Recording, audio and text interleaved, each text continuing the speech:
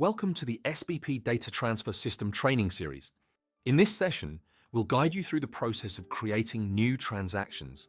Whether you're a first-time user or looking for a refresher, this video will provide clear step-by-step instructions to ensure a smooth and efficient experience. Let's get started. After logging into the DTS, you will need to navigate to the Transactions menu, either by clicking on the Transactions tile or on the Transactions menu on the left side. You can choose between three different views: Accepted, Shared, or Actionable. The Accepted Transactions view will show you the transactions that have been shared with you and that you have accepted. The Shared Transactions view will show you all transactions that you have created and shared to your customer, regardless if these have been already accepted or still pending for customer approval. Lastly, the Actionable Transactions view is showing all transactions that you have either created and not yet shared, or transactions that have been shared with you and that you have not yet accepted. To create a new transaction from scratch, click on the Add New button. First, you need to select the transaction template. To share a transaction with SBP Claim, select Transaction from the selection and continue with adding general details about the transaction. First, you will need to generate a name for the transaction and add an optional transaction description. The SBP Certificate Code, Seller, and SBP Certificate Code, Buyer, are read-only fields and will be automatically generated once you have shared the transaction.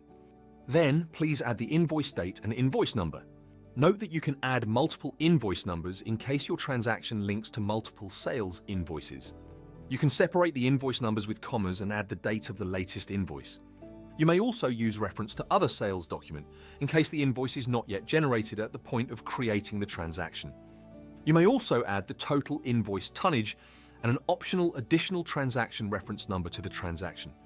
The last two fields, total tonnage and certificate status, are again read-only fields that are automatically generated.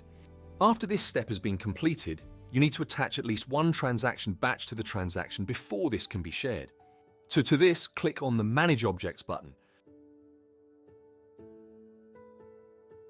On the next screen, hover your cursor over the Create Object button to see which objects can be added. In this video, we are focusing on adding transaction batches. For this, you have two options, depending on whether you are using SBP Standards version 1 or version 2. If you're using SBP Standards version 1, you should add Transaction Batch, and in case you are already using SBP Standards version 2, you need to add Transaction Batch v2. Let's start by adding Transaction Batch for version 1 of the standards. On this screen, you need to add details about the biomass itself. First, click on the SDI list dropdown and choose which SDI to use. The SDI list is auto-populated from your latest SAR template.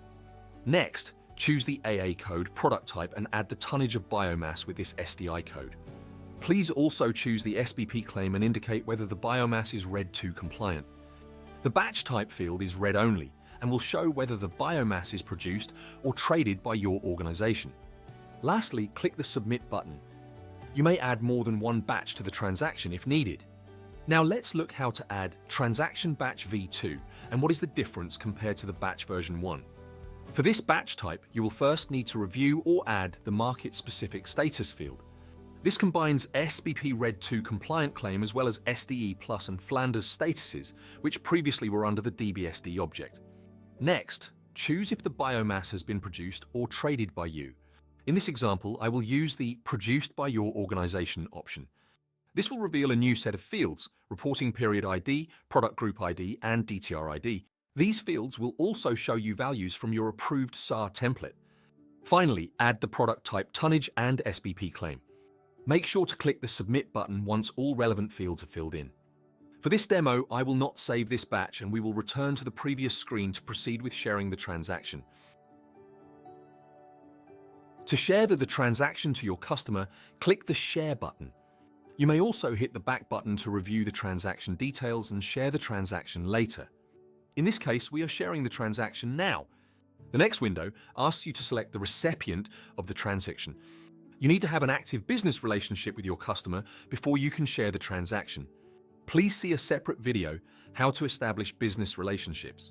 In my case, I am already connected and want to share this transaction to Biomass Producer 1-inch account. I will just type in the customer name here and select the match. Last step is to click the Share button. If I now go back to the shared transactions view, I can see this transaction and that this transaction is waiting for the receiver's approval.